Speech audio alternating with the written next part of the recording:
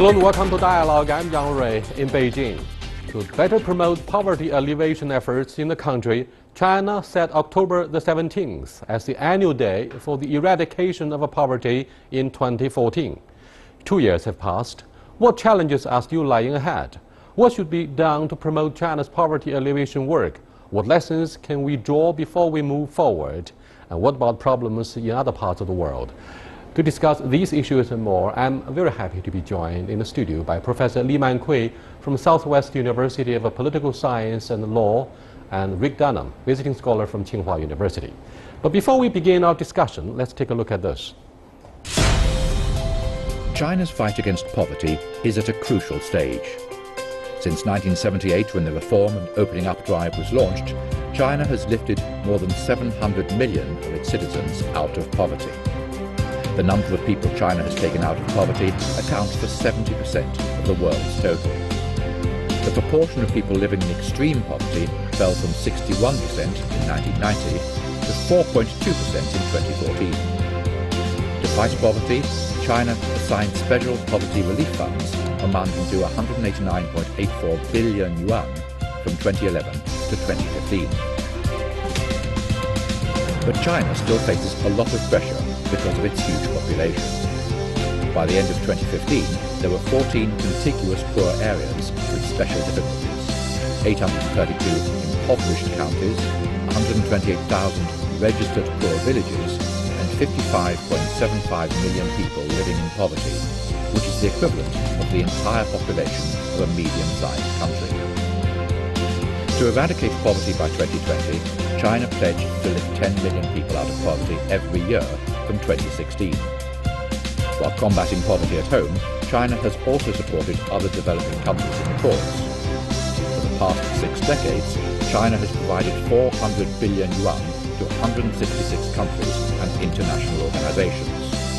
It sent more than 600,000 aid workers overseas, given medical assistance to 69 countries, and aided more than 120 developing countries in realizing the Millennium Goals. Mankui, problem is how many more impoverished people do we still have today in China? Well, as mentioned by the white paper on China's progress in poverty reduction and human rights, as of 2016, there are now currently 55 million people still living under today's poverty line. What is the concept of poverty line? Well,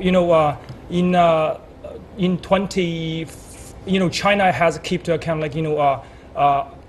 make adjustment to the poverty line. If I recall correctly, last year China raised the poverty line to 2,855 RMB per person per year. If your annual income is less than 2,855, then you are live under poverty line, will be classified as low-income family here in Chinese system. Or $2 worth of purchasing power on average for the individuals in China. Is that true? Yes, based on the estimation that our current standards roughly is equals to $2, the per person per day standard, or is based on the purchasing power parity in 2011. It's slightly higher, even higher than that one.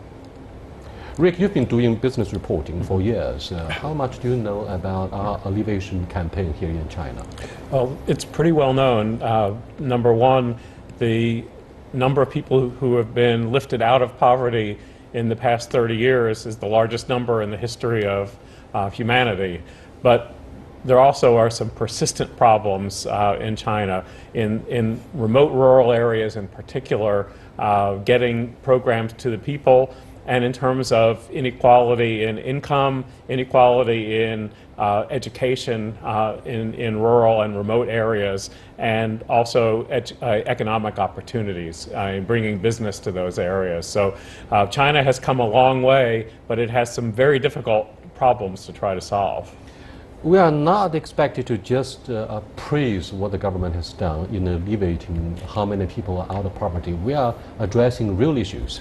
Now, let me know, Mankui, the enduring adversity of challenges is still lying ahead. Well, there are many challenges. The white paper already mentioned some problems, the challenges lying ahead for the poverty alleviation in the next 5 years by 2020. So I would like to mention two of them, which I think is the biggest challenge for the poverty reduction efforts in China. The first one is that, though this year we will have 55 million people living under poverty line, waiting to be lifted out of poverty by 2020. This number compared with 700 million, that's a small one. But we have to put this in context. After 30 years, poverty reduction efforts, this group of people hasn't been touched.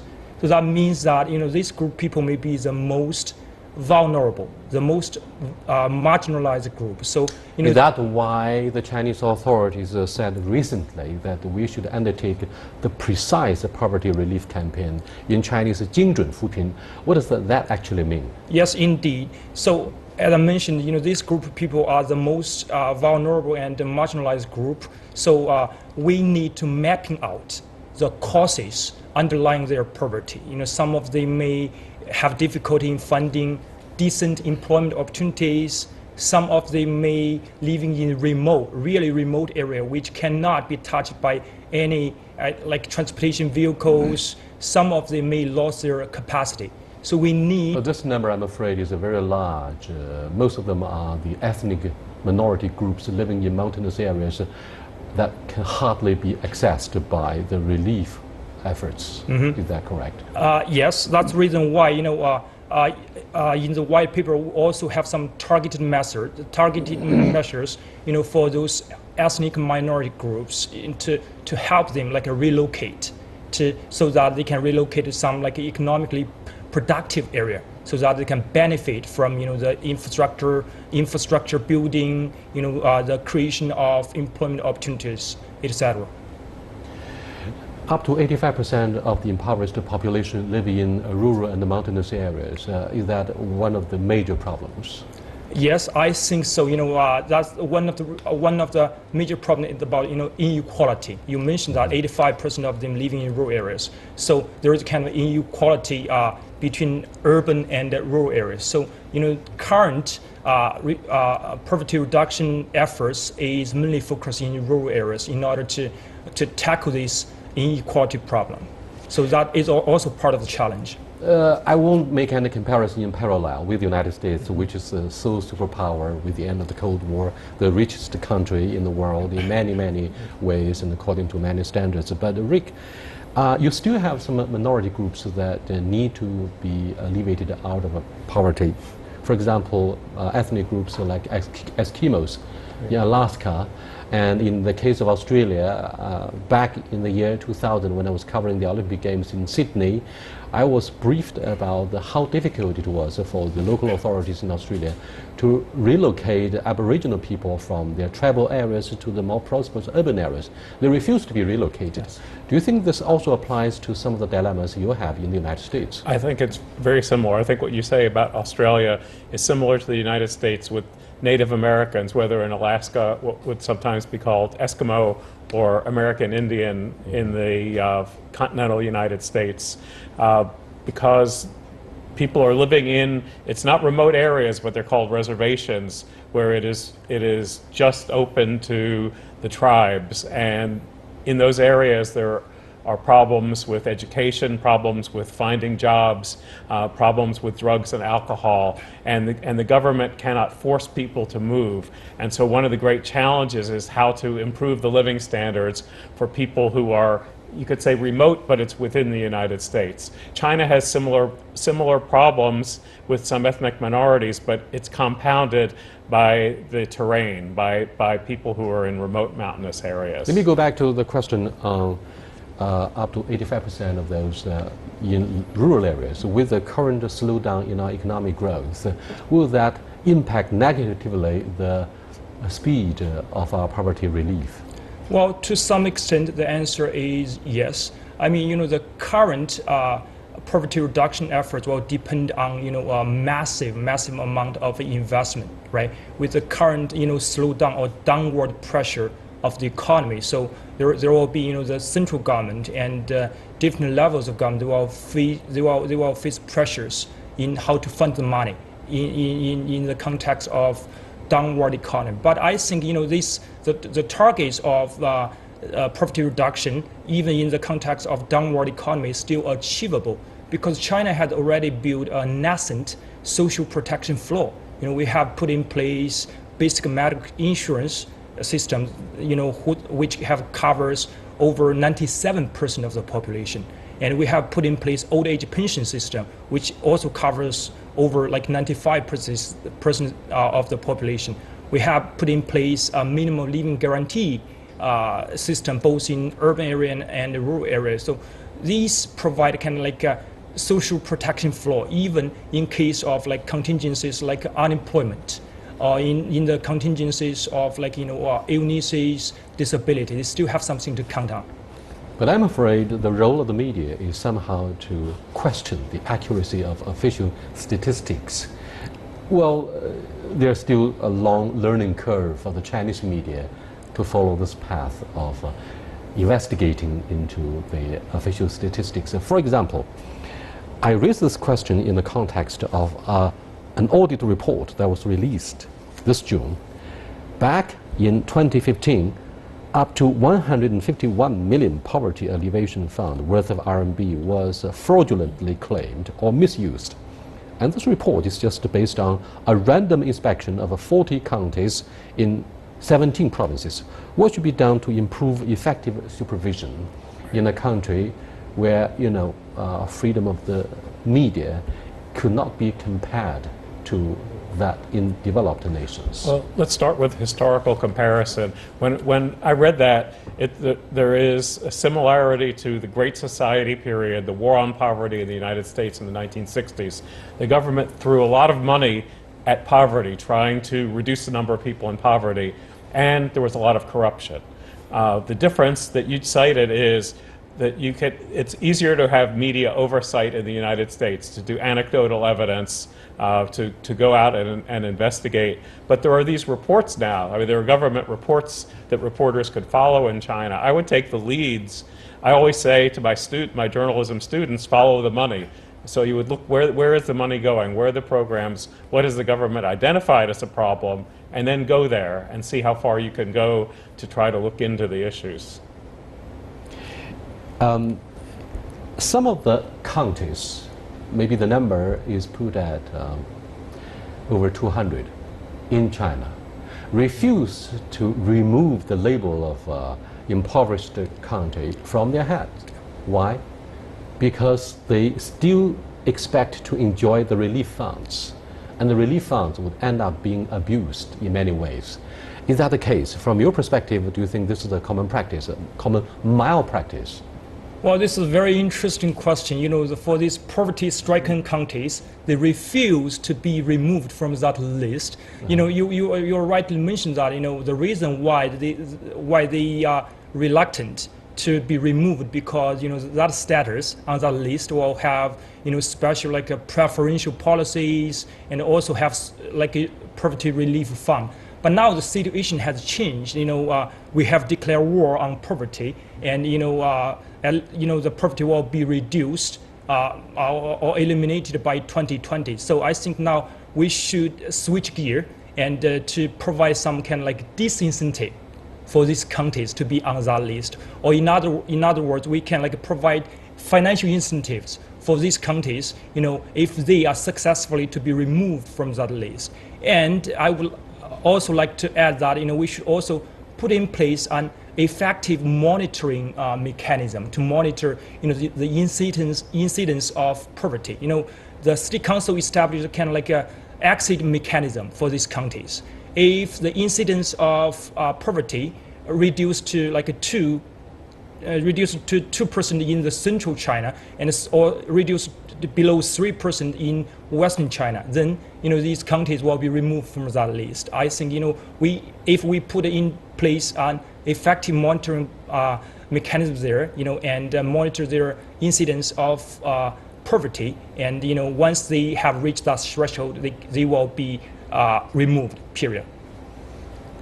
Your positive comments are based on the official estimation, or is that your personal observation? Well, that's mainly my personal one. The outcome of your personal academic study. Yes. Rick, Do you believe what he says?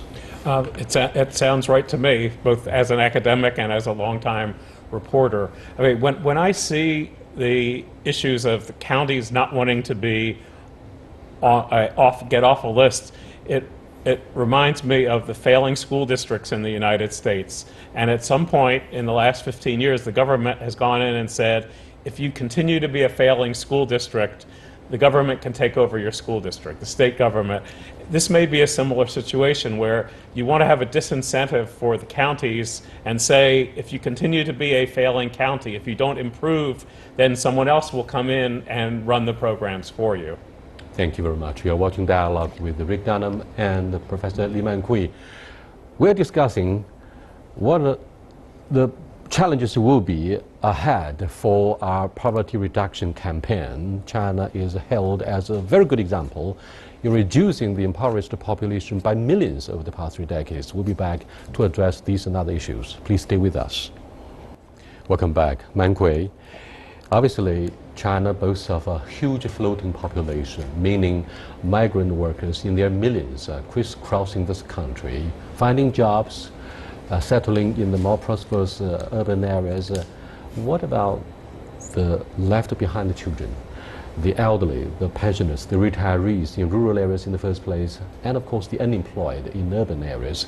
I mean, what about eventually the challenges for the social security program? Mm-hmm. Yes, you are right. Mentioned that this labor mobility issue or the migrant workers issue has been very, instrumental in solving China's poverty issue. The essence of this problem, I'm afraid, is the hukou system. Yes, and hukou system is still some kind of like a hindrance to the free flow of the population. And you also mentioned that there are a lot of like social problems caused by this the flow of migrant workers, like left behind children, the unsupported seniors back in the rural area. So for these issues, that's what we should count on the social protection system.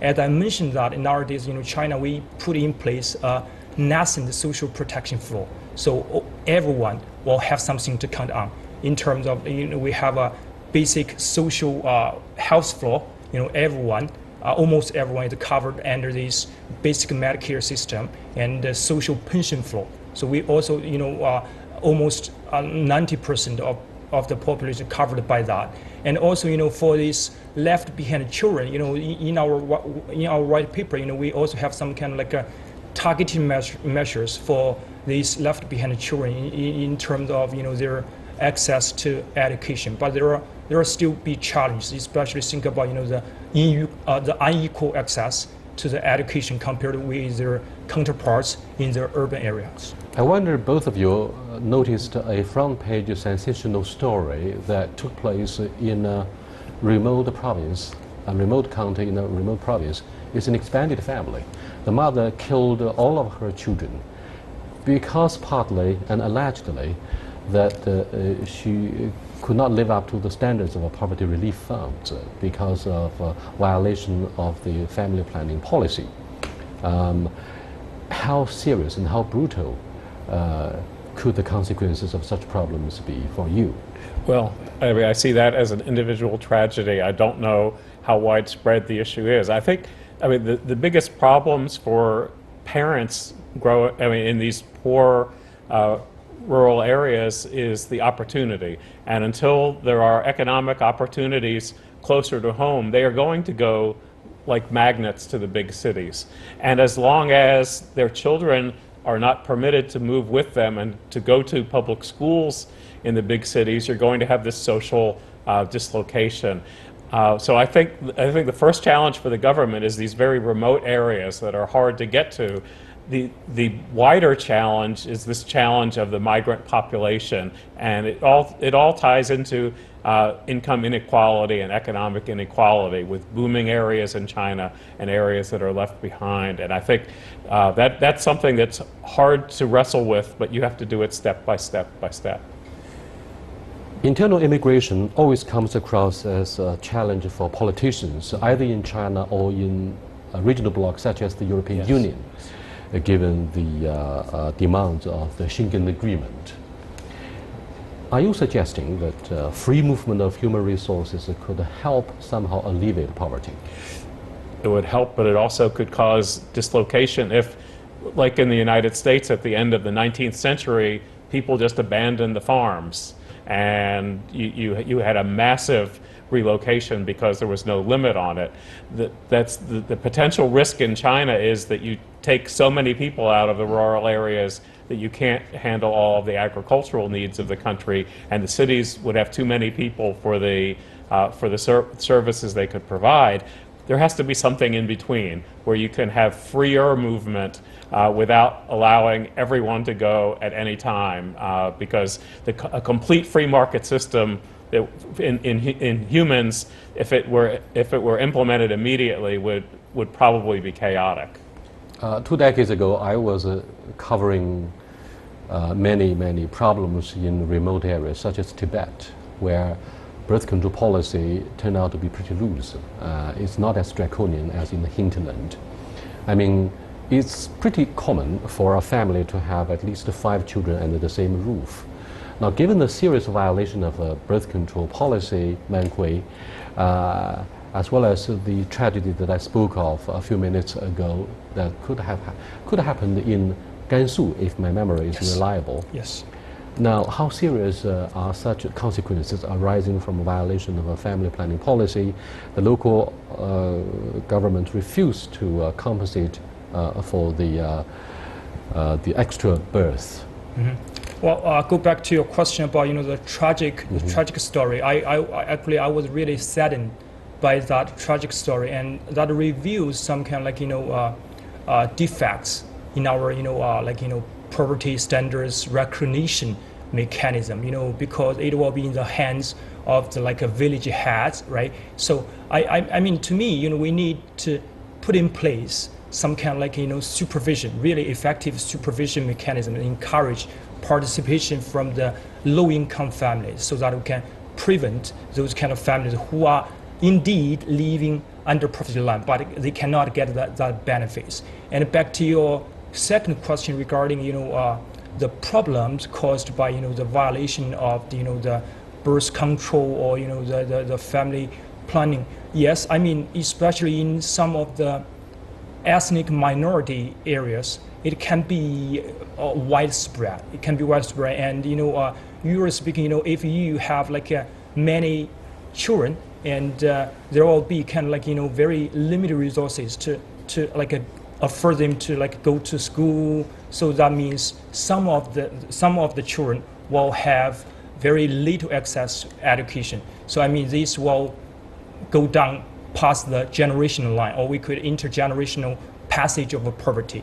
So this will pose challenge, I mean, for our poverty reduction efforts. We've discussed the issue of social security program that's meant to cover 95 or 99% of the Chinese territory. But what about education and equal access to education in those difficult areas? Well, and as well as education for children of migrant workers in the prosperous urban areas, can they benefit equally from the social entitlements? This is a very good question. Yes, I mean, equality and non-discrimination is part of the principle of the social security, and also from the human rights approach to poverty alleviation strategies. China's government has done a lot in terms of increase or improve access to education in the rural area.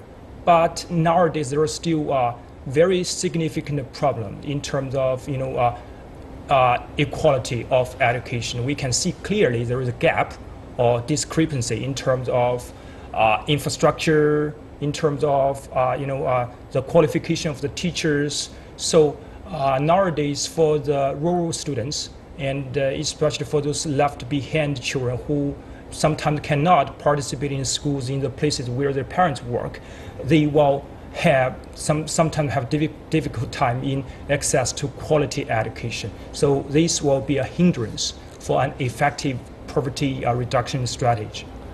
When we look at the accuracy and precision of our poverty relief campaign, let's look at perhaps the worsening situation in northeastern China, where most of the SOE are located, with the current official policies to dissuade state-owned enterprises which contribute to the labor-intensive manufacturing and are not very environmentally friendly, more people would be made redundant and become unemployed overnight.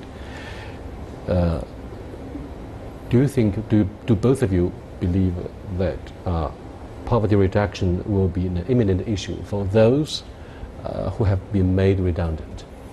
I think definitely, because in the same way that in the industrial heartland of America, you had a generation of workers losing their jobs because of globalization and factories closing, you're going to have a large number of workers in Dongbei who are made redundant, who lose their jobs as a result of the changes in the Chinese economy, the shifting in the new normal economy of China. It's not those who have lost their jobs, but people are getting old in these three provinces, Heilongjiang, Jilin, and Liaoning. Most of the young labor force have moved down to the southern parts of this country.